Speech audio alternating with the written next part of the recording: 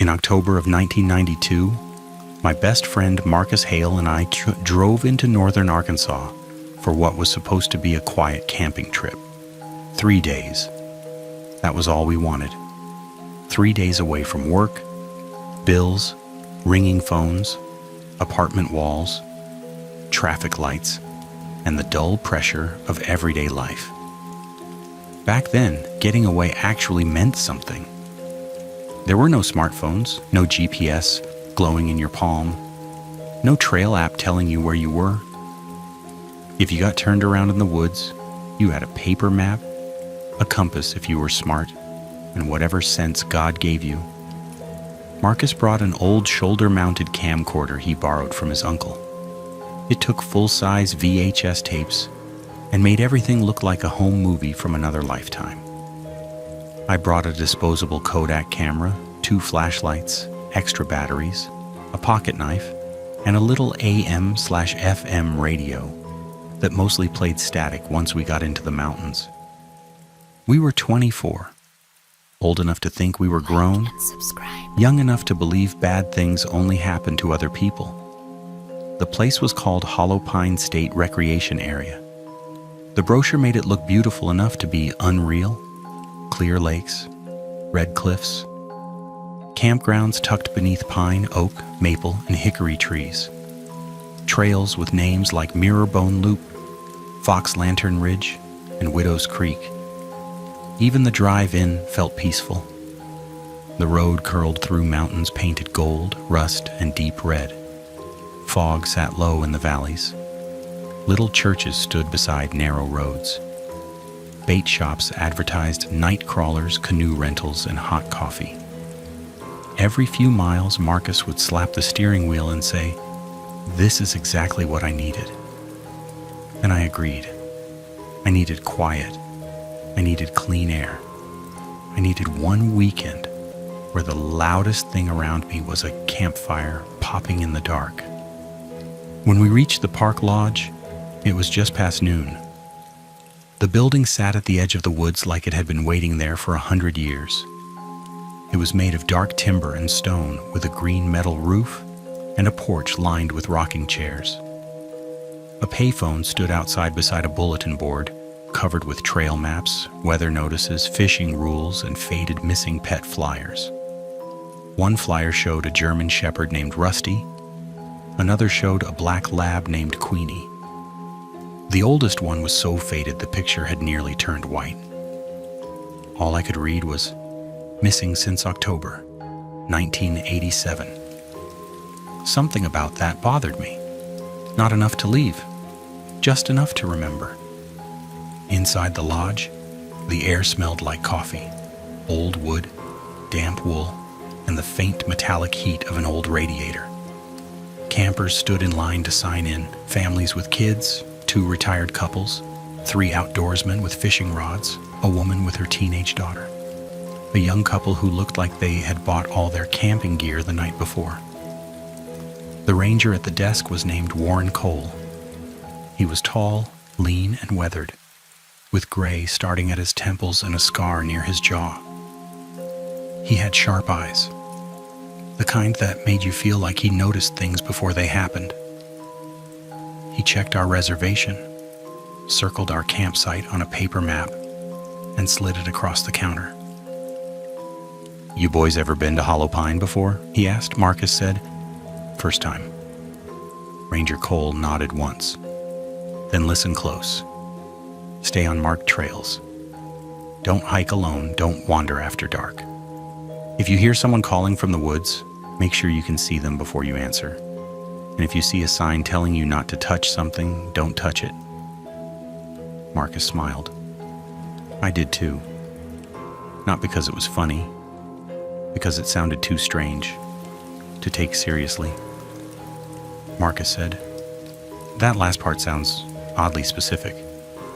Ranger Cole looked at him for a long second. Then he said, "Warnings are written after something happens." He said it without drama. That made it worse. We laughed awkwardly, took the map, and joined the rest of the group outside. A camp guide named Eddie explained the plan. The main campsite was 3 miles in, near Mirrorbone Lake. We would hike as a loose group, with guides spaced along the trail and rangers moving ahead and behind. "Beautiful weather today," Eddie said. "Cold front possible tomorrow night, but nothing serious. Keep your food sealed, don't leave trash out, and please don't test your luck with wildlife." Then we started walking. At first the trail was perfect, wide, clean, peaceful. Sunlight came through the branches in soft, broken pieces. Leaves drifted across the path like slow sparks. Somewhere nearby, water ran over stone. Marcus filmed everything. He filmed me pretending to be a wilderness expert. He filmed a squirrel sitting on a stump. He filmed the first glimpse of Mirrorbone Lake through the trees. "This," he said into the camcorder, "is how men reconnect with nature." I said, "You screamed when a moth got in your apartment." He turned the camera toward me. "That was not a moth. That was a winged rat." We were laughing, relaxed, normal. Then the woods changed. It happened about halfway to camp. The trail bent left, and for a moment the group spread out. Some people moved ahead. Others fell behind to take pictures. Marcus and I ended up in a quiet stretch between groups. That was when Marcus stopped walking. He was staring into the trees to our right. "What?" I asked. He didn't answer. I followed his eyes. At first, I saw nothing unusual, just trunks, brush, leaves, and shadows. Then the forest seemed to open, not move, open. Like someone had pulled back a curtain I had not known was there. And in a clearing about 70 yards off the trail stood a tree. One tree, alone. It did not belong with anything around it. The surrounding woods were oak, pine, maple, and hickory. Normal trees with normal bark and normal fall colors. But this tree was different. Its trunk was pale silver, smooth and glossy, almost wet-looking, like polished driftwood under moonlight. It reflected the dull afternoon light even though the sun was behind clouds. Its branches curled upward instead of outward, long and crooked like fingers reaching from beneath a blanket. The leaves were wrong too. Deep blue-green, not autumn green, not pine green. A cold shade that looked more like something from the bottom of a lake. At the base of the tree stood a wooden sign. It was handmade, hammered into the ground with a crooked stake. The letters were painted in black. "Do not touch the tree." Marcus whispered, "You seeing that?" I said, "Yeah." Behind us, one of the fathers from the group slowed down with his wife and little boy. Marcus pointed. "You see that tree?" The man squinted. "What tree?" "That one," Marcus said, "right there." The wife leaned forward, then shook her head. "I don't see anything." Their little boy stared into the woods. For 1 second, I thought he saw it. His face went strangely blank. Then his mother tugged his hand and said, "Come on, Tyler." They walked off. Marcus and I stood frozen. The tree remained. Still, bright, waiting. I should have kept walking. Every part of me knows that now. But there was something about that tree that pulled at the mind. Not loudly, it did not command, it invited. It felt like remembering a place I had never been, like hearing my name from another room. Marcus swallowed. Maybe it's some kind of park art thing. With the sign telling people not to touch it. Maybe that's part of it. That man couldn't see it. Marcus lowered the camcorder. "Yeah, I noticed." We looked back down the trail. No ranger nearby, no guide. Just woods distance and the faint voices of campers ahead. Marcus said, "Let's just look. No touching." That sentence has stayed with me for more than 30 years. Let's just look. No touching. That is how a lot of bad stories begin. We stepped off the trail. The moment my boot hit the leaves, sound drained from the world. The voices behind us thinned. The birds quieted. Even the wind seemed to hold its breath. Our footsteps became too loud, crunching through dry leaves that sounded brittle as old paper. The smell changed too. Pine and dirt faded into something colder. Damp stone, still water, old fur. The closer we got, the more beautiful the tree became. That is what made it horrible. It was not ugly. It was not twisted in some obvious way. It was gorgeous.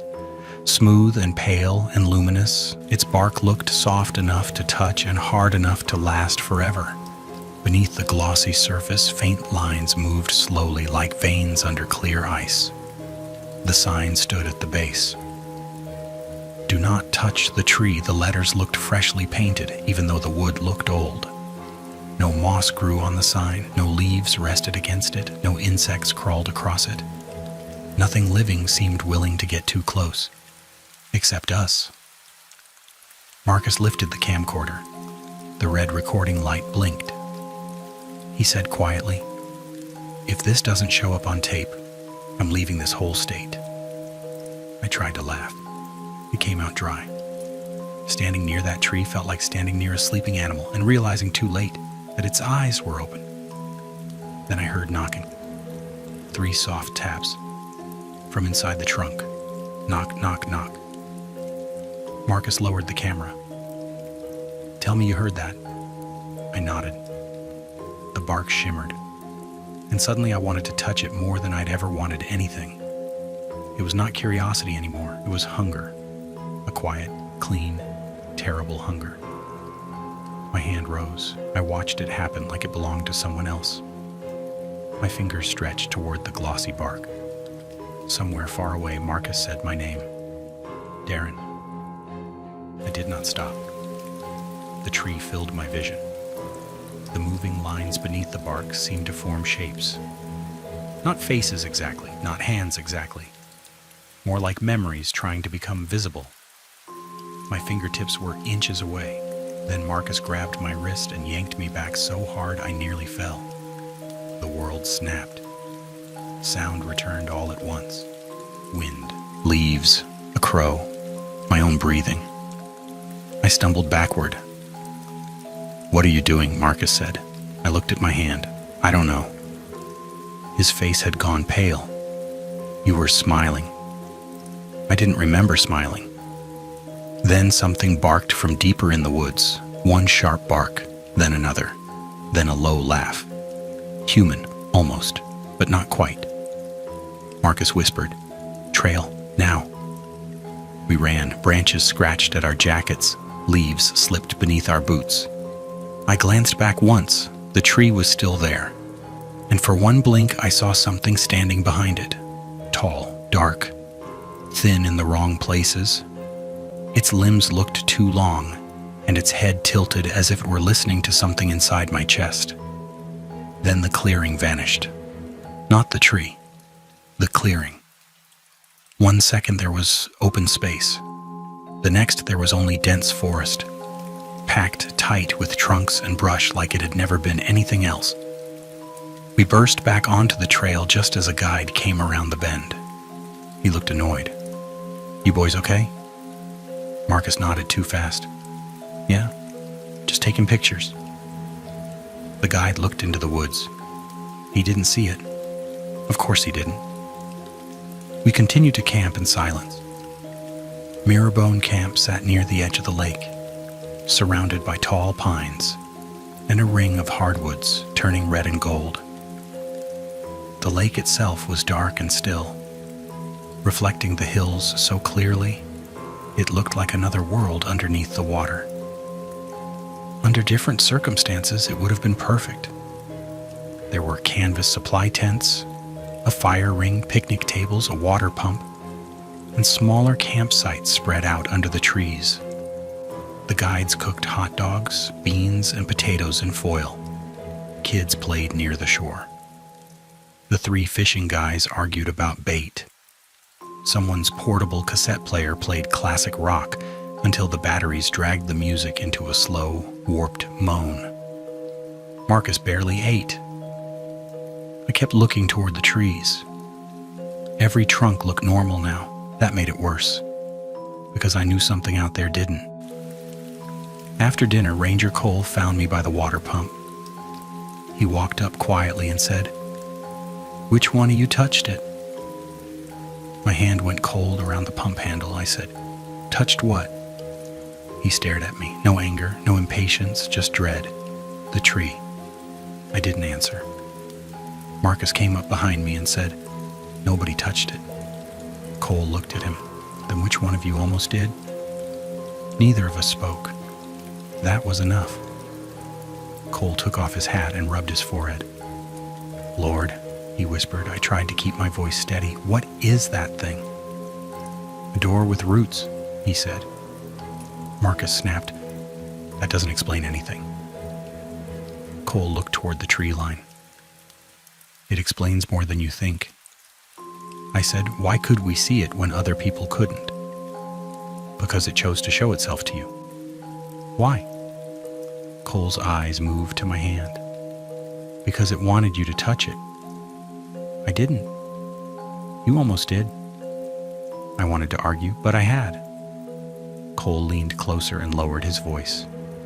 "You listen carefully. If you see it again, do not touch it. If you hear someone calling from the woods, do not answer unless you can see their face clearly. If something you love asks you to come closer, don't. And if you smell wet fur and copper, get near fire or get indoors." Marcus stared at him. "Wet fur and copper?"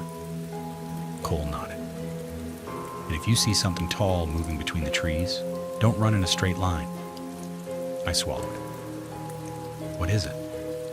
Cole hesitated, then he said, "Locals used to call it the Bone Walker." The name landed between us like something old and heavy. Marcus gave a nervous laugh. "Bone Walker?" Cole did not smile. Subscribe. "It wears shapes, some human, some animal, some in between. It studies voices, it learns names, it listens to memories, and once it knows what you miss, it calls you with it." The woods behind him looked suddenly deeper, darker. Marcus said, "And it's connected to the tree?" Cole's face tightened. "The tree is where it reaches through." "Through from where?" Cole looked toward Mirrorbone Lake. The black water reflected the sky like a sheet of glass. "Somewhere old," he said. "Somewhere hungry." That was when I realized he was not trying to scare us. He was trying to keep us alive. Night fell hard. The temperature dropped after midnight. Cold crawled into the tent and settled under our sleeping bags. Marcus kept the camcorder beside him like it was a weapon. I kept my flashlight in my hand until my fingers cramped. At some point I drifted off, woke to scratching, slow, soft, steady. At first I thought it was outside the tent. Then I felt pressure under my back. Something dragged beneath the tent floor. My eyes opened wide. The scratching moved under Marcus next. He whispered, "Darren, I know." The scratching stopped. Then a voice outside said, "Boys? Ranger Cole?" At least it sounded like Ranger Cole. "Boys, unzip the tent. There's been an accident." Marcus reached for the zipper. I grabbed his wrist. He looked at me. I shook my head. Outside, the voice said, "I need you out here now." Marcus whispered, "That's him." I whispered, "Where's his flashlight?" Silence. Then the voice changed. Not suddenly, it softened, bent, became familiar in a way that made my heart twist. "Darren?" My mother? My mother's voice outside my tent in the Arkansas woods at 2 a.m. "Baby, open up." My throat closed. Marcus mouthed, "No." The thing outside sighed. Then something pressed against the tent wall. The fabric stretched inward. A face pushed against it. Long, narrow, too high off the ground. Not close enough to see clearly, close enough to know I never wanted to. It sniffed. The smell came through the nylon, wet fur, copper, rotten leaves. Then it whispered in my voice, "Just touch it once." I squeezed my eyes shut. When I opened them, the pressure was gone. We sat awake until morning, Neither Marcus nor I slept again. We sat with our backs against opposite sides of the tent until dawn, listening. Every sound seemed important. The rustle of leaves, a branch shifting somewhere beyond the campsite, the soft splash of water against the shore of Mirrorbone Lake. Several times I thought I heard footsteps circling us, not rushing, not hunting, just pacing. Whenever I reached for the zipper, Marcus quietly shook his head. We wait for daylight. So we did. When the first gray light filtered through the trees, the strange feeling lifted. The woods sounded normal again. Birds called from somewhere high in the pines. A squirrel darted across the campsite. Someone laughed near the fire pit. For a moment, it felt as though the night had simply been a bad dream. Then we stepped outside. The ground around our tent was covered with footprints. Not dozens, just one trail. It circled our campsite 6 complete times before disappearing toward the forest. The prints were unlike anything I had ever seen. They were long and narrow, almost human, but stretched too far from heel to toe. Each one sank much deeper into the earth than any normal footprint should have, as if whatever made them was impossibly heavy. Marcus crouched beside one. Bear? I shook my head. No claws, no paw pads, no hoof. He looked back toward the woods. Then what made these? Neither of us wanted to answer. The smell reached us a few moments later. Fresh coffee, bacon, wood smoke. Camp was waking up. Children laughed while parents packed coolers for a morning hike. Someone tossed another log onto the fire. A radio played softly from one of the campsites until static swallowed the signal. Everything looked perfectly ordinary. That almost convinced me the previous night hadn't happened. Almost. Ranger Cole stood near the edge of camp, talking quietly with another ranger named Susan. The moment he saw us, his expression hardened. He walked over. You stayed inside? It wasn't a question. Marcus nodded. We heard it. Cole glanced toward the woods before asking, what voice did it use?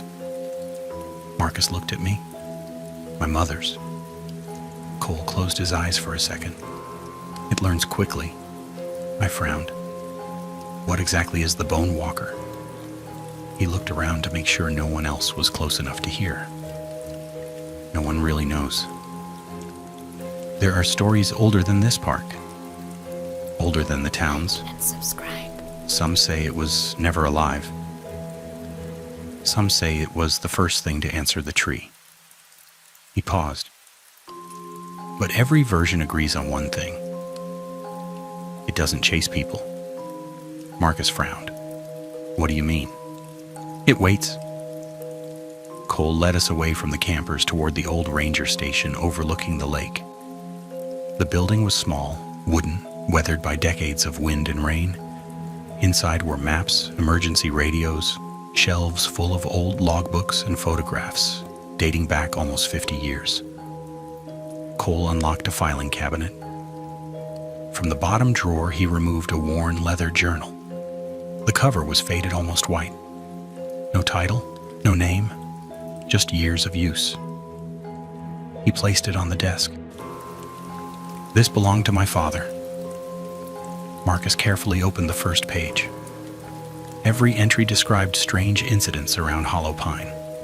Missing hikers, strange lights, people reporting familiar voices in empty woods, footprints that began nowhere and ended nowhere. One sentence appeared over and over. Never answer a voice you cannot see. Marcus looked up. How many people have disappeared? Cole didn't answer immediately. Finally, he said, officially?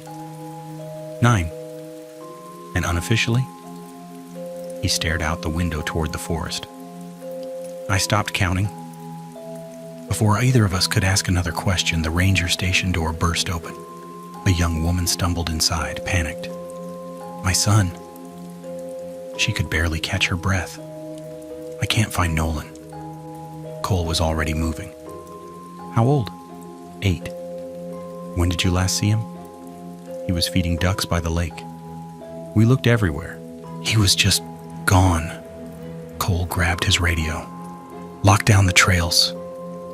His calm voice disappeared. For the first time, he sounded afraid.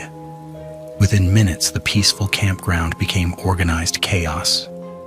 Rangers spread through the forest. Parents gathered their children. Campers called out Nolan's name from every direction. Marcus and I joined one of the search groups despite Cole telling us to stay behind. We followed the shoreline first. Nothing. Then the nearby trails. Nothing. No footprints, no torn clothing, no sign that anyone had wandered away. After nearly an hour, Susan called over the radio. I found something. Everyone rushed toward the old fishing dock. It sat at the far end of the lake beneath a stand of towering pines. Susan stood beside a weathered picnic table. On top sat a neatly folded blue jacket. Nolan's. His mother immediately recognized it. She clutched it against her chest. He'd never leave this. Cole slowly scanned the surrounding woods. Then his eyes settled on the dirt beside the table. There, pressed into the earth, was a single long footprint, the same kind that had circled our tent.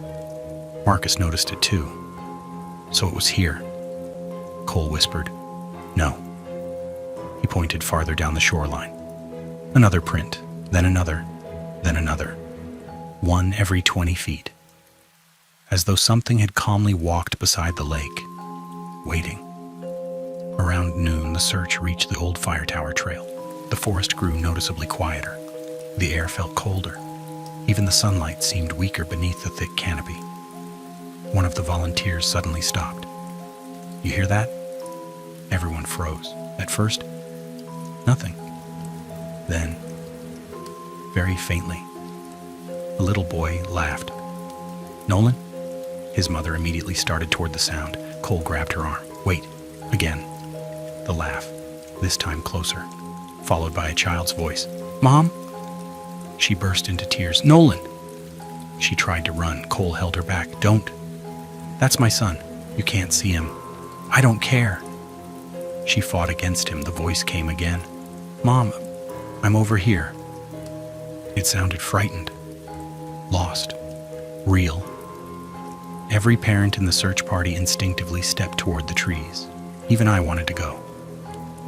Marcus quietly grabbed my sleeve. "Remember what he said.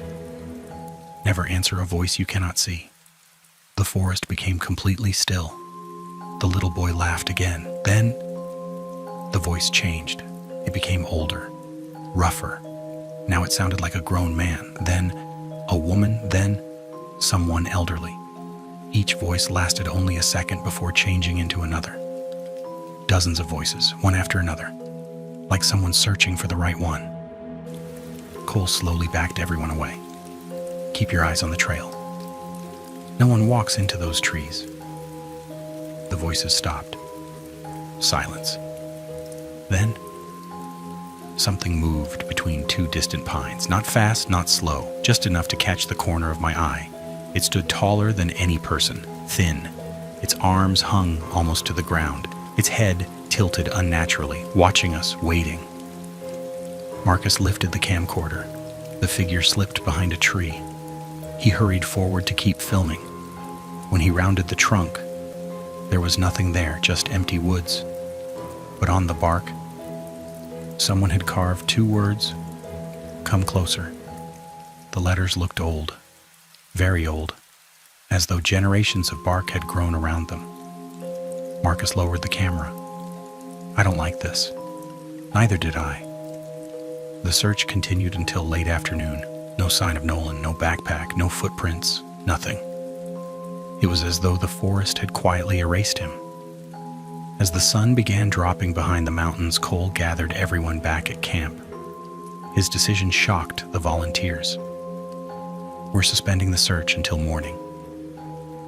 People protested immediately. His mother begged him to continue. Cole's voice never rose. If anyone goes back into those woods tonight, I'll be searching for more than one missing person tomorrow.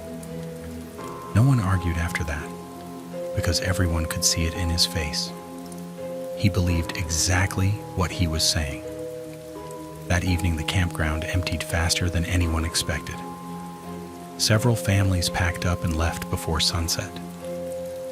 Others stayed only because the roads out were long and unfamiliar. Marcus and I sat beside the dying campfire without speaking much. Finally, he looked at me. "You still thinking about that tree?" I nodded. He wanted me to touch it. Marcus stared into the flames. "I keep wondering something." "What?" "What if touching it wasn't the worst thing that could have happened?" Before I could answer, something echoed from the far side of Mirrorbone Lake. 3 slow knocks. Knock, knock, knock. The same sound we had heard from inside the silver tree, only this time it came from somewhere much deeper in the forest and somewhere in the darkness beyond the lake. Something answered with a quiet, almost curious laugh. No one slept. The rain had finally stopped, but the silence that followed felt unnatural, as though the entire forest had agreed to hold its breath. Marcus sat near the dying campfire, with the rifle resting across his knees. Every few minutes, he caught himself staring into the darkness, convinced something had shifted just beyond the trees. It never did. Or maybe it did. The problem was that nothing stayed where it should. "You hear that?" Ethan whispered. Marcus listened. "Nothing." "Exactly." "What?" "Nothing." Ethan's face had lost all color. "There are no crickets anymore." Marcus realized he was right. The forest wasn't quiet because it was late, and it was quiet because everything alive had already left. Dawn arrived, hidden behind thick gray clouds. The woods looked different in daylight. The trees seemed older, closer together, twisted, as if the night had bent them into shapes they hadn't held before. Nobody mentioned what happened after the knocks. Nobody wanted to admit they had all heard footsteps circling the tents until sunrise. Cole packed their gear without saying a word. "We're leaving." Marcus looked toward the trail. "The trucks are that way." Cole shook his head. "No." "Then where are we going?" "The fire tower." Marcus frowned. "I thought that place was abandoned." "It is." "Then why go there?" Cole looked at him for a long moment. "Because whoever built it knew something." The hike took nearly 4 hours. The higher they climbed, the colder the air became. Fog rolled through the trees in slow waves. Sometimes it was so thick Marcus could barely see Ethan walking 10 feet ahead. Every so often Cole would stop, not because he was tired, because he was listening. Each time he stopped, everyone else stopped too. No one asked what he heard. No one wanted the answer. Around noon, they found the first sign. It wasn't human. A massive pine had been scraped from the ground almost 20 feet into the air. The bark had been peeled away in long, vertical strips. Marcus reached toward it. Cole grabbed his wrist. "Don't." "Why?" "Look closer." Marcus leaned in. The wood beneath the missing bark wasn't dry. It was smooth, almost polished, as though something had slowly dragged its fingers down the trunk over and over again for years. 5 grooves, perfectly even, far too large to belong to any bear. Ethan quietly stepped backward. "What could do that?" Cole answered without looking away. "Something that wants every other predator to know this mountain belongs to it." Another mile passed before they found tracks, only they weren't heading in one direction. They circled the group, again and again and again. Marcus finally understood. "It was walking around us." Cole nodded. "It has been since yesterday." "You knew?" "I suspected." You didn't think that was important? Cole's expression hardened. I didn't want anyone to panic. Marcus laughed bitterly. I think we're past that. The fire tower finally appeared through the fog. Its rusted steel frame stretched above the treetops like the skeleton of some forgotten giant. The stairs swayed gently, despite the complete lack of wind. The cabin at the top leaned several inches to one side. Every window was dark. Every door hung open. Cole stared upward. I've never seen it this quiet. You've been here before? Once. And I never made it inside. Marcus didn't like that answer. The climb felt endless. Every step echoed through the valley.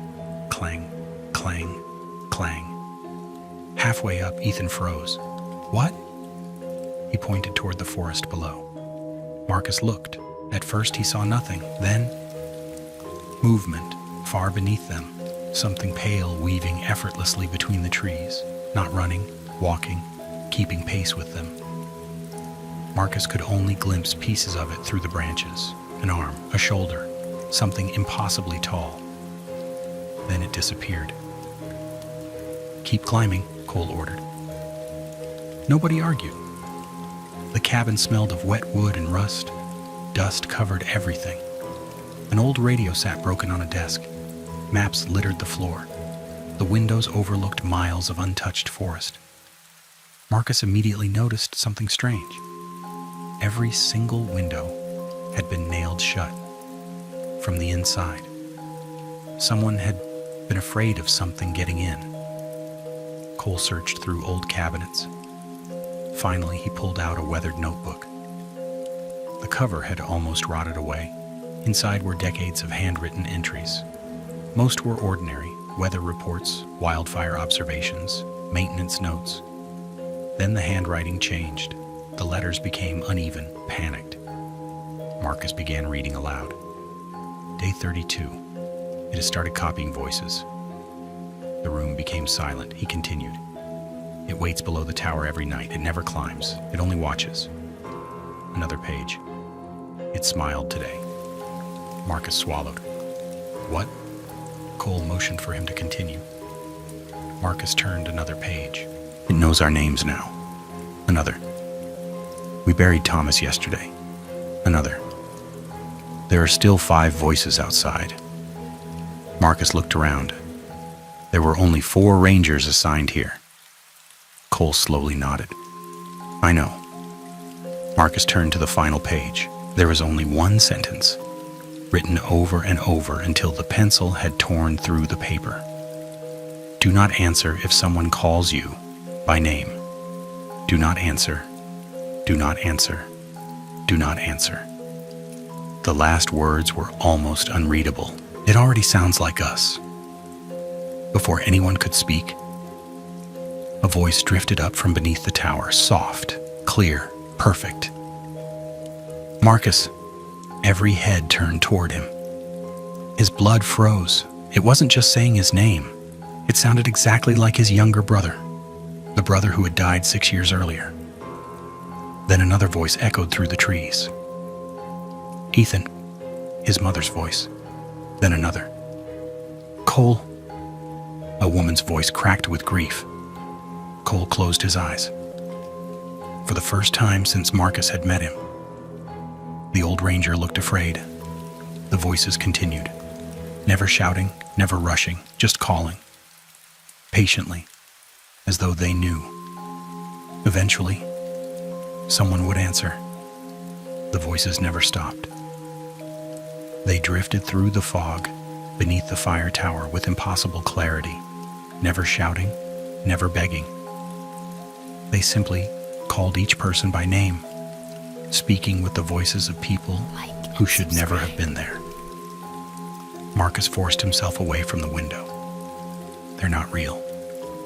No one answered. He wasn't sure whether he was trying to convince the others or himself. Cole slowly shut the weathered journal. Nobody looks outside again. Ethan swallowed.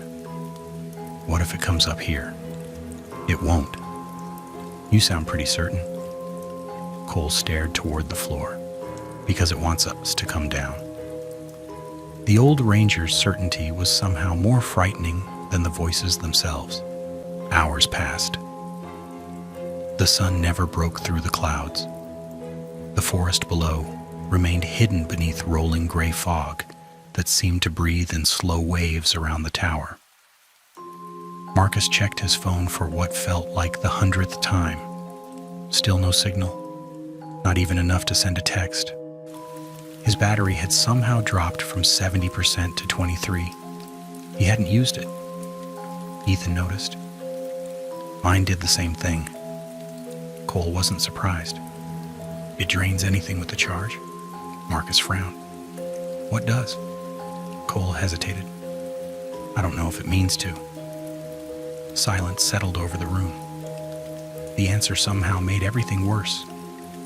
A loud crack echoed through the woods. Everyone jumped. Another crack, then another. Marcus peered through a narrow gap between two nailed boards. The trees were moving, not from wind. They were falling, one after another, as though something massive was forcing its way uphill.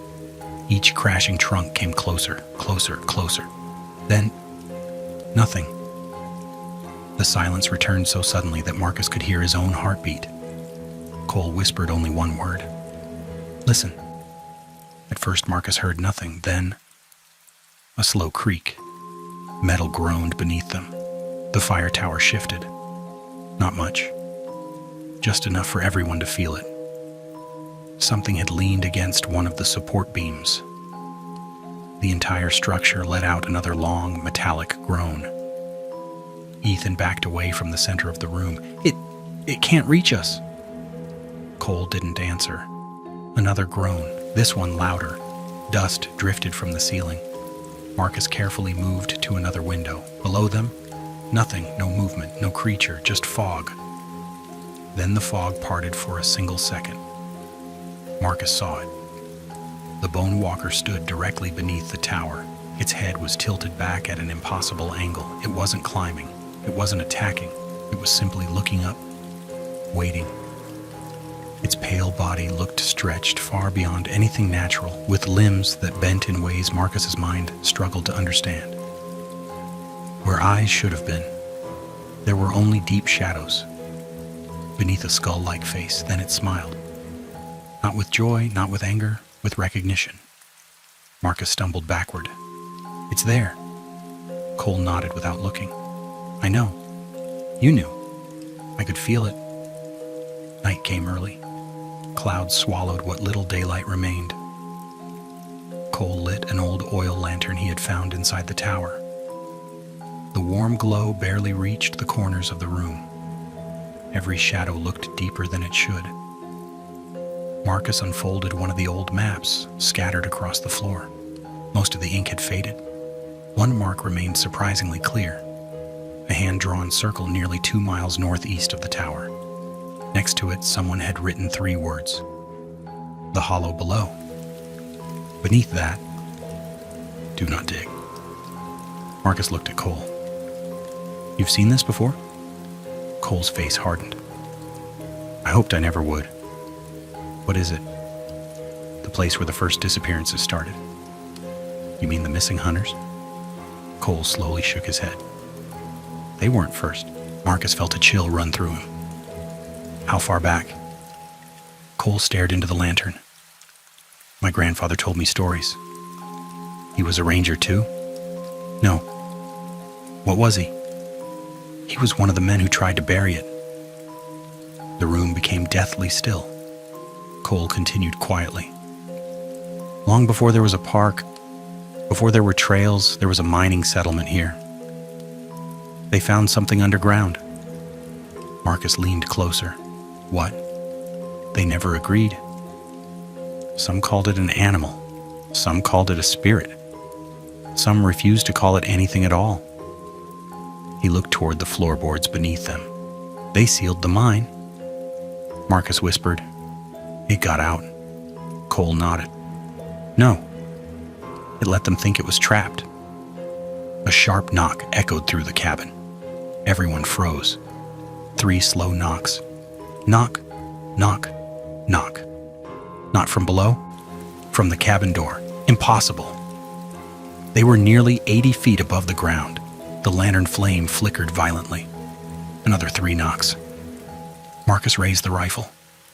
Cole held out one hand. No matter what happens, the knocking stopped.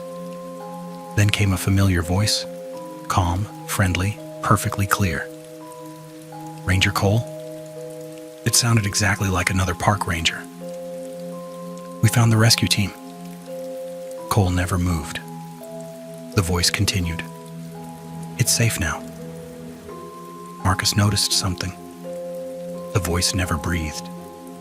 It never paused naturally. Every word came with the same empty rhythm, as though something was reading from a script. Then the handle began to turn slowly, very slowly. Metal squealed through the silent cabin. Marcus tightened his grip on the rifle. The latch clicked. The door drifted inward. Cold air flooded the room, beyond the doorway. There was no landing, no stairs, no sky, only a wall of moving gray fog, and somewhere inside it, something laughed, not loudly, not wildly, just a soft, satisfied chuckle, as if the bone walker already knew exactly how this night would end. Marcus slammed the tower door shut. The heavy metal frame echoed through the cabin, followed by the scrape of an old bolt sliding into place. No one spoke.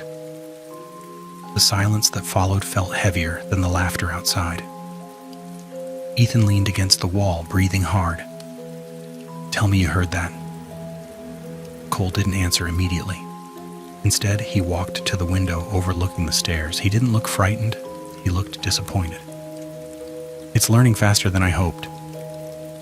Marcus lowered the rifle. What does that mean? Cole kept watching the darkness below. It used to copy voices. He paused. Now it's learning how to copy trust. Morning never came. The darkness outside remained unchanged. Marcus checked his watch. 7:43. He waited. The minute hand never moved. He tapped the glass. Nothing. Ethan looked at his own watch. Mine stopped too. Cole quietly reached into his pocket and placed an old compass on the table. The needle spun without stopping. It bends more than voices, Cole said. It bends direction, time, memory. Marcus wanted to argue. Instead, he noticed something that made his stomach tighten. The notebook they had found upstairs was gone. No one had touched it. The desk where it had rested was empty. Then Ethan pointed toward the corner of the room. It didn't disappear. Marcus followed his finger. The journal was sitting neatly on a different table, closed, as though it had always been there. No footprints crossed the dusty floor, no signs anyone had moved it. Cole slowly picked it up. There was one page they hadn't seen before. It wasn't old. The ink looked fresh. Across the top, in shaky handwriting, were 6 words. It wears the face you trust most. Below that, someone had added another sentence. Marcus felt the blood drain from his face. The handwriting matched his own. I didn't write that. Cole believed him. I know. They decided to leave the tower. Staying meant waiting. Waiting meant listening. Listening meant answering. None of them wanted to discover what happened after that. The stairs groaned beneath their weight as they descended. Every few steps, Marcus stopped to scan the forest. Nothing, no movement, no sound. Even the fog seemed thinner. Too thin. It's gone, Ethan whispered. Cole shook his head. No, it wants us to think that. The trail leading toward the place marked the hollow below was older than the park itself. Moss swallowed most of the stones. Rotting timbers emerged from the earth like broken ribs. Every few hundred feet, they found another rusted mining tool half buried beneath leaves. Someone had once lived here, worked here, died here. Marcus could feel it. Then he noticed something strange. The trees had changed. Every trunk bore long, pale scratches, some fresh, some ancient. Always 5 marks, always the same distance apart. The deeper they walked, the more the scars appeared. Until finally, every tree around them had been marked. It wasn't a trail, it was a boundary. They found the first cabin shortly after noon, or what should have been noon. Its roof had collapsed decades earlier. The front porch leaned into the mud. A faded wooden sign still hung above the doorway. Raven's Hollow Mining Company. Established 1911, Marcus stepped inside. Dust covered everything. Broken lanterns, rusted tools, children's toys, as though everyone had vanished in the middle of an ordinary day. Ethan crouched beside an overturned chair. "Marcus," he pointed toward the floor. Footprints, bare human footprints, perfectly preserved beneath decades of dust. They entered through the front door, but they never left. Marcus followed them deeper into the cabin. They ended at the fireplace. No hidden door, no tunnel, no opening. They simply stopped. Cole whispered, "Don't look up." Marcus looked anyway. The ceiling above the fireplace was covered with hundreds of handprints. Large, small, adult, child, layered over one another until the wood beneath could no longer be seen. Some looked as though they had been pressed into wet soot. Others looked burned into the timber itself. Then Ethan gasped. One of the black handprints slowly slid across the ceiling, not falling, moving like a living shadow. The room instantly turned cold. Marcus raised the rifle. The shadow disappeared. But another appeared. Then another. Then dozens. Not handprints anymore, hands. Pressing from the other side of the wood, trying to push through. Cole grabbed both men. "Run!" They burst through the front door just as the cabin exploded with a deafening crack. The roof collapsed inward. A cloud of black dust rolled into the trees. Marcus didn't stop until they reached the trail. Panting, he looked back. The cabin stood exactly as it had before, untouched. No collapsed roof, no broken walls, no sign anyone had entered. Ethan stared in disbelief. "We were just inside." Cole's face remained fixed on the cabin. "No. What? It showed us what happened here." Marcus frowned. "What do you mean?" Cole swallowed. "It wasn't trying to scare us. It was trying to make us remember."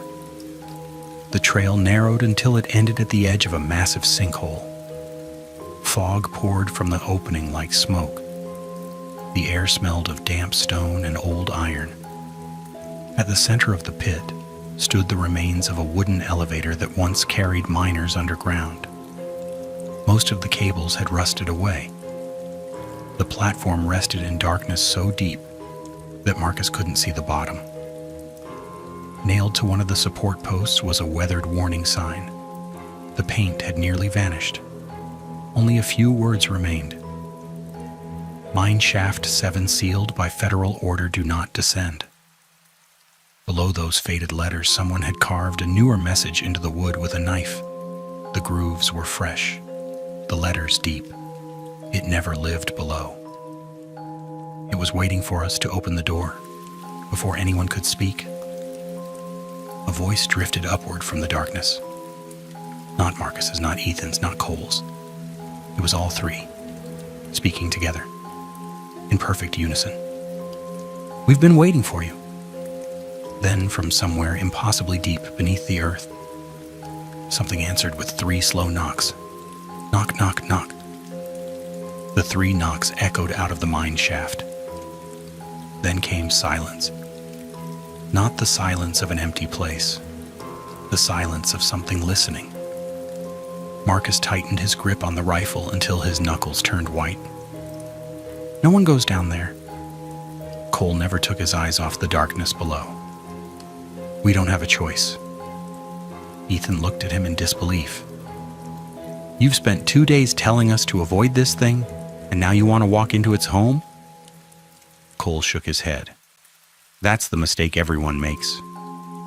What mistake? They think this is its home. Cole pointed toward the black opening.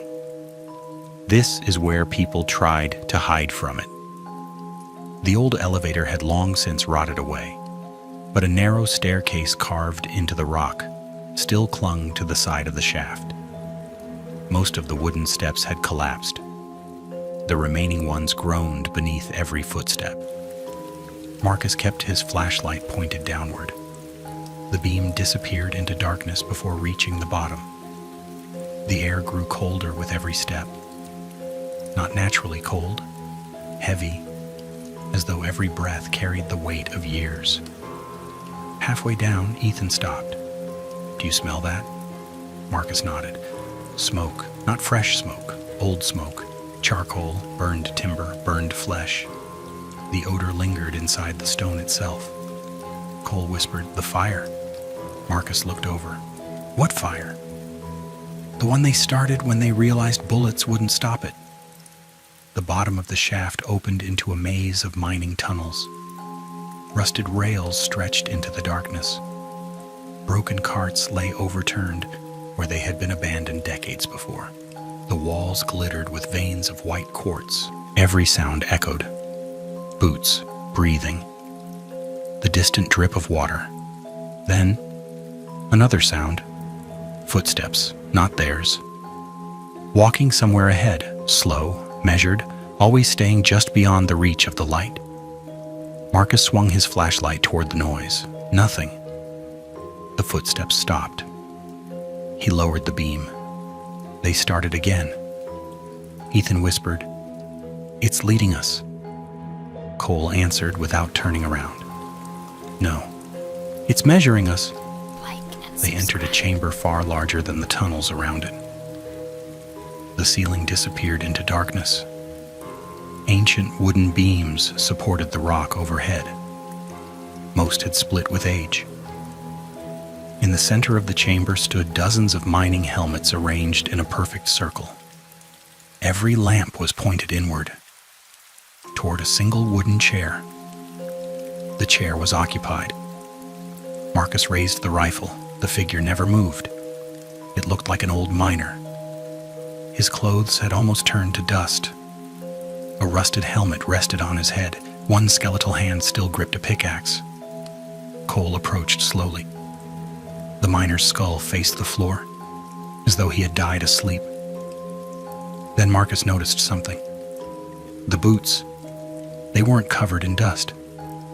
They looked new. Cole stopped just short of the chair. "Stay back." The skeleton slowly lifted its head. Its jaw opened. Instead of a scream, a whisper escaped. "So late." The skull crumbled into powder. The helmet struck the floor with a metallic clang. The sound rolled through the chamber, one clang, then another. Not from the helmet, from somewhere deeper inside the mine. Metal striking stone, closer each time. Clang, clang, clang. Something was walking on the abandoned tracks. The three of them extinguished their flashlights. Darkness swallowed the chamber. Only the faint glow of Marcus's watch remained. The footsteps continued, closer. Marcus could hear breathing now, long, slow, patient. The sound circled the room, never entering the light, never leaving it. Cole leaned close enough for Marcus to hear. "It hunts movement." Marcus barely nodded. "What if it already knows where we are?" Cole answered with a voice no louder than a breath. "It does." The footsteps stopped. A full minute passed. No one moved. No one spoke. Then a flashlight clicked on. Not theirs. A pale beam swept across the chamber. It came from the opposite tunnel. Someone stood there, a park ranger. His uniform looked clean. His badge gleamed. Marcus blinked. "There's someone else." The ranger smiled. "You finally made it." Cole's expression changed instantly. "No." Marcus frowned. "You know him?" "I buried him." The ranger's smile widened. "You missed one." His face began to change. The skin stretched. His eyes sank into darkness. His arms lengthened until his fingertips brushed the tunnel floor. His jaw split far wider than any human mouth could. The flashlight fell from his hand. It kept shining upward, illuminating the thing from below. Bone-white skin, impossible limbs, a skull-like face with no expression except that terrible smile. The Bone Walker. It did not charge, it did not roar. It simply watched them. Then it spoke. Not in a stolen voice, not in Marcus's, not in Ethan's, in its own. The voice sounded like dry branches rubbing together in a winter wind. I remember every name. The lanterns on the miners' helmets burst to life all at once. A ring of pale yellow light surrounded the creature. Marcus could finally see the walls. They were covered from floor to ceiling with names, thousands of them, carved by hand. Some old enough to have nearly disappeared, some still sharp. Every person who had vanished from these mountains, every hunter, every hiker, every ranger, every child. Marcus searched the endless wall, his stomach turned. Near the newest carvings, he found 3 fresh names: Marcus Hale, Ethan Brooks, Cole Mercer. The wood beneath the letters was still damp, as though they had been carved only moments before. The Bone Walker tilted its head, slowly, almost curiously. Then it lifted one long finger and began carving another name into the rock, without touching it. Stone cracked by itself. Dust drifted to the floor, letter by letter. Marcus watched in horror as a 4th name appeared.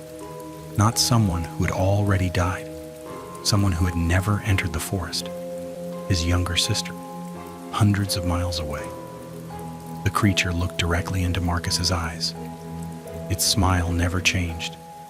It wasn't threatening him, it was making a promise. The mountain had gone silent.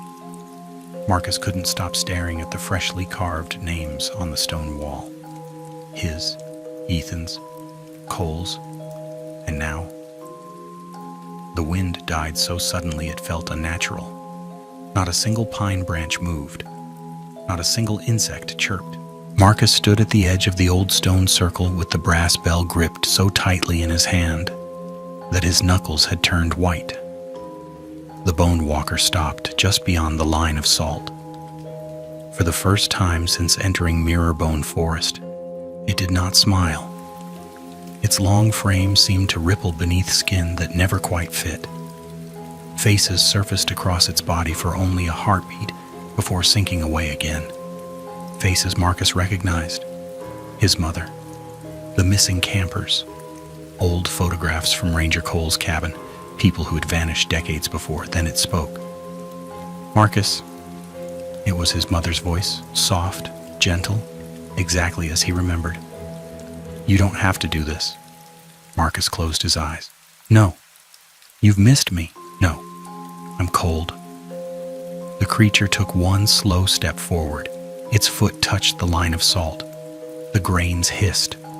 Gray smoke drifted upward. The Bone Walker tilted its head. Another voice came. This time it was Ethan's grandfather, then Cole's wife, then a frightened little girl. Each voice pleaded. Each sounded perfectly real. Ethan's breathing became uneven. Marcus heard him whisper, How does it know them? Cole never looked away from the creature. It doesn't remember people, the old ranger said quietly. It remembers grief. The Bone Walker smiled again. Dozens of mouths slowly spread across its face before becoming one. You cannot keep them from me forever. Cole reached into his jacket and removed the weathered journal. My grandfather wrote something he was too afraid to believe. He opened to the final page. The Bone Walker cannot truly be killed. Marcus felt his stomach tighten. Cole continued. It survives because someone always listens. The creature stood perfectly still. It grows stronger every time someone answers the voice in the woods, every time someone follows it, every time fear keeps its story alive. Cole looked directly at Marcus. "We're not here to destroy it." Marcus frowned. "We're here to make it choose." The old ranger pointed toward the iron chains hidden beneath the leaves. "The bell forces it to become real." Marcus finally understood. If it's real, it can be trapped. The bone walker let out a low sound that almost resembled laughter. Then it moved. It crossed the salt in a single impossible stride. Marcus rang the bell. The sound exploded across the clearing. The creature froze. Its body jerked violently. The stolen faces across its skin twisted in panic. "Now!" Cole shouted. Marcus pulled the hidden chain. Iron links snapped upward from beneath the forest floor. They wrapped around the creature's legs. Ethan threw another chain around its arms. The bone walker screamed.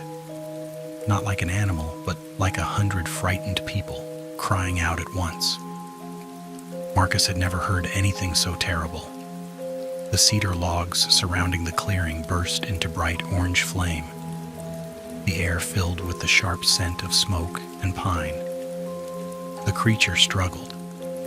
Every movement made the chains glow brighter. It changed again. His father, his brother, friends, neighbors, people smiling, people crying. Every face begged him to stop. Marcus felt tears forming. For one terrible moment, he almost stepped forward. Cole grabbed his shoulder. "Don't look at them." Marcus shut his eyes. The voices grew louder. "You failed us. You left us. You promised. You came back too late." Marcus covered one ear, then the other. The bell continued ringing. Slow, steady. Its sound cut through every stolen voice. The creature became desperate. It lunged forward. The chains groaned. Iron stakes bent. Salt scattered into the air. Cole looked toward the collapsing hillside. His expression changed. Marcus saw it immediately. The trap would not hold. Not long enough. Cole quietly removed one final iron chain from his backpack. "I hoped we wouldn't need this." Marcus looked at him. "What are you doing?" Cole smiled. "The mountain chose my family a long time ago." "No. It's all right." "No." Cole wrapped the glowing chain around his own waist, then around the bone walker. The creature suddenly stopped struggling, its black eyes fixed on the old ranger, almost curious. Cole picked up the brass bell. He looked at Marcus one final time. "When this is over," his voice remained calm, "don't come looking." Marcus took a step toward him. "I'm not leaving you. You already have." Cole rang the bell. Once. The sound echoed across Mirrorbone Forest. Twice. The earth trembled. 3 times. The hillside behind the clearing cracked open. Trees leaned. Stones split apart. Mirrorbone Lake began pouring into the abandoned mine beneath the mountain. Water roared through tunnels that had been sealed for generations. The bone walker screamed. Its body twisted into dozens of stolen forms before collapsing back into one impossible shape. Cole tightened the chain. "Run!" Marcus refused. Cole shouted louder than Marcus had ever heard. "Run!" Ethan grabbed Marcus by the arm. The ground collapsed beneath them. They stumbled through the trees as rocks crashed behind them. The fire tower disappeared into the earth. The old mine vanished beneath falling stone. The roar continued for what felt like forever. Then, silence. The forest stood perfectly still. Slowly, birdsong returned. Wind drifted through the pine branches. Somewhere nearby, water trickled over fresh stone. Mirrorbone Forest sounded alive again. Marcus looked back. The clearing was gone. Cole was gone. The bone walker was gone. Only smoke drifted above the broken hillside. 3 days later, search crews found Marcus and Ethan wandering along an old logging road, nearly 15 miles from where they had entered the forest. Neither could explain how they got there. Neither remembered sleeping. When authorities searched Mirrorbone Forest, they found nothing. No abandoned fire tower, no mine shaft 7, no stone circle, no chains, no brass bell. It was as though the entire place had never existed. Only one object remained. Resting on a smooth rock overlooking the newly formed shoreline was an old ranger's badge. Cole Mercer. Marcus picked it up without saying a word. Months passed. Life slowly returned to normal, at least on the surface. Marcus wrote everything he could remember into a series of journals. Every map, every sound, every conversation, every impossible thing he had witnessed. No publisher wanted them. No investigator believed them. Eventually, he locked the journals inside a cedar box and placed it in the attic. He promised himself he would never return to Mirrorbone Forest. Then, on a rainy October evening, someone knocked once on his front door. By the time Marcus opened it, no one was there. Only a small weathered package rested on the porch. There was no postage, no return address. Inside was a single cassette tape. The faded label read, "Property of Ranger Cole Mercer." Marcus stared at it for several minutes. Tucked beneath the tape was a folded note written in Cole's unmistakable handwriting. It contained only one sentence. "If you're reading this, it wasn't over." Marcus felt the room grow cold. Outside, wind moved gently through the trees. 3 slow knocks echoed somewhere beyond the darkness. He did not answer. Instead, he picked up the cassette. The tape felt warm, as though someone had been holding it only moments before. Marcus looked toward the old tape recorder sitting untouched on a shelf across the room. He knew that if he pressed play, every promise he had made to himself would be broken. He also knew that if Ranger Cole had left this behind, there had been a reason. Marcus carried the tape to the recorder. His hand hovered over the play button. He closed his eyes, took one slow breath, and pressed it. The tape hissed. Then Ranger Cole's voice quietly filled the room. "If you're hearing this, Marcus, you need to leave tonight. Don't go back to Mirrorbone Forest." A long pause followed. Because what we trapped there wasn't the only one. The tape crackled, then went silent. Marcus slowly looked toward the rain-covered window. Far beyond the glass, deep within the trees, a single impossibly tall figure stood perfectly still, watching. And then it was gone. That was the moment Marcus realized the nightmare had never truly ended. It had only been waiting. His younger sisters. She was hundreds of miles away. She had never stepped foot inside Mirrorbone Forest. Yet the Bone Walker had carved her name as though it had already decided her fate. The creature smiled. Then it turned and disappeared into the darkness without making a sound. Not a single footstep echoed through the mine. Within seconds, it was gone. Only the silence remained. Ethan finally found his voice. How could it know her? Marcus shook his head. It can't. Cole was already moved. We're leaving. Marcus looked at him. You said we'd find answers. We did. And? Cole stopped walking. It doesn't hunt people. Marcus frowned. What does that mean? It hunts connections. Neither Marcus nor Ethan understood. Cole continued. It learns every person you've ever loved, every person you've ever trusted, every memory you've carried into these woods. Marcus felt a cold knot tighten in his stomach. It isn't trying to kill us. Cole nodded once. It wants us to bring it new names. The climb back to the surface felt twice as long. Every few minutes, Marcus glanced over his shoulder. The tunnels remained empty. No footsteps, no voices, nothing. That frightened him more than hearing the creature. The bone walker had stopped chasing them. It didn't need to. It already believed it had won. Night had fallen again by the time they reached the fire tower. The fog was thicker than before. The trees had nearly disappeared behind a wall of pale gray mist. Cole opened an old metal storage box hidden beneath the tower stairs.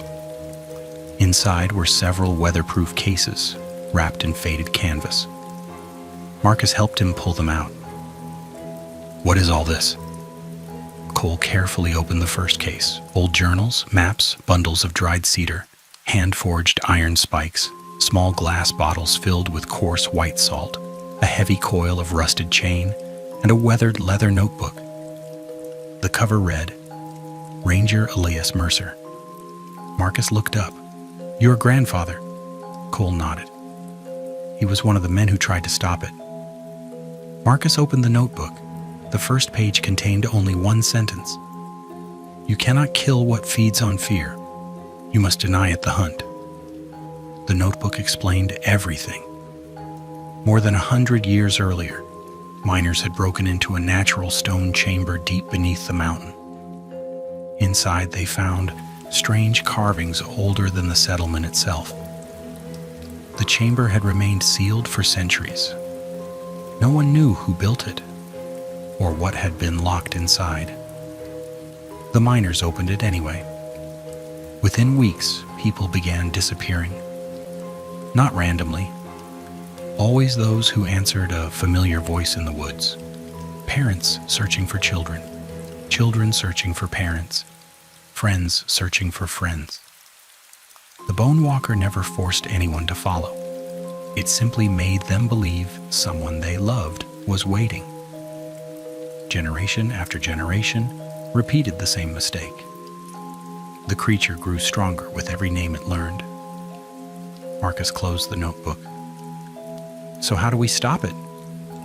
Cole reached into the bottom of the storage case. Wrapped in thick cloth was an old brass bell. Its surface was covered with tiny symbols worn smooth by time. "My grandfather believed the creature doesn't see people." Marcus frowned. "What does it see?" "Attention." Cole held up the bell. "If you refuse every voice, if you refuse every lie, eventually, it has to reveal itself." Ethan stared at the bell. "And then?" Cole looked toward the forest. "Then we trap it." They worked through the night. Iron spikes were driven into the earth in a wide circle around a clearing overlooking Mirrorbone Lake. The old chain connected each stake. Salt was poured between them until a pale ring surrounded the clearing. Cedar branches were woven through the chain. Marcus checked every connection twice. Cole inspected everything without speaking. Finally, he nodded. "This is where it ends." Marcus looked around. "You really believe this will work?" Cole answered honestly. "I believe it will give us one chance." Just before midnight, the wind stopped. The fog rolled away from the clearing as though pushed back by invisible hands. Mirrorbone Lake became perfectly still. Its black surface reflected the moon like polished glass. Not a ripple disturbed the water. Not a single insect made a sound. Cole slowly rang the brass bell. Its tone drifted across the lake, clear, soft, lonely. The sound faded into the forest. For several minutes, nothing happened. Then came the first voice. "Marcus." His mother's voice, warm, gentle, exactly as he remembered. He closed his eyes, said nothing. The voice came again, closer this time. "Please, we've been looking for you." Marcus gripped the rifle tighter. He didn't answer. The voice faded, another replaced it. Ethan heard his grandfather, Cole heard his wife. Each voice sounded perfect. Each memory felt real enough to touch. None of them spoke. The bell rang again. A second clear note echoed through the trees. The temperature dropped instantly. Branches creaked overhead. Something began circling the clearing, not rushing, walking, watching, waiting for someone to make a mistake. Marcus caught movement between the pines, a pale figure, then another, then another. There weren't three creatures, only one, moving so quickly through the trees that it appeared to stand in several places at once. Its smile flashed between trunks. Gone, then closer, gone again. The voices stopped. For the first time, the Bone Walker used its own voice. "You've learned." Marcus felt every hair on his arms stand up. The creature stepped into the moonlight. It looked taller than ever before. Its bone-white skin reflected the pale glow of the lake. Its impossibly long arms hung almost to the ground, its empty eyes fixed on Marcus. It looked at the circle of salt, the iron, the cedar. Then it laughed, not loudly, softly, almost with pity. It took one slow step toward the trap. Another. The chains trembled. The bell in Cole's hand began ringing by itself. Marcus raised the rifle. Cole whispered, "Wait." The Bone Walker crossed the final line of moonlight and entered the circle. The iron spikes shuddered. The chains snapped tight. The symbols carved into the old brass bell ignited with a faint blue glow. For the first time since entering Mirrorbone Forest, the Bone Walker's smile disappeared. Its head slowly turned toward Cole, and in a voice that sounded ancient beyond measure, it spoke a single sentence. "You finally remembered." The ground beneath the clearing began to shake.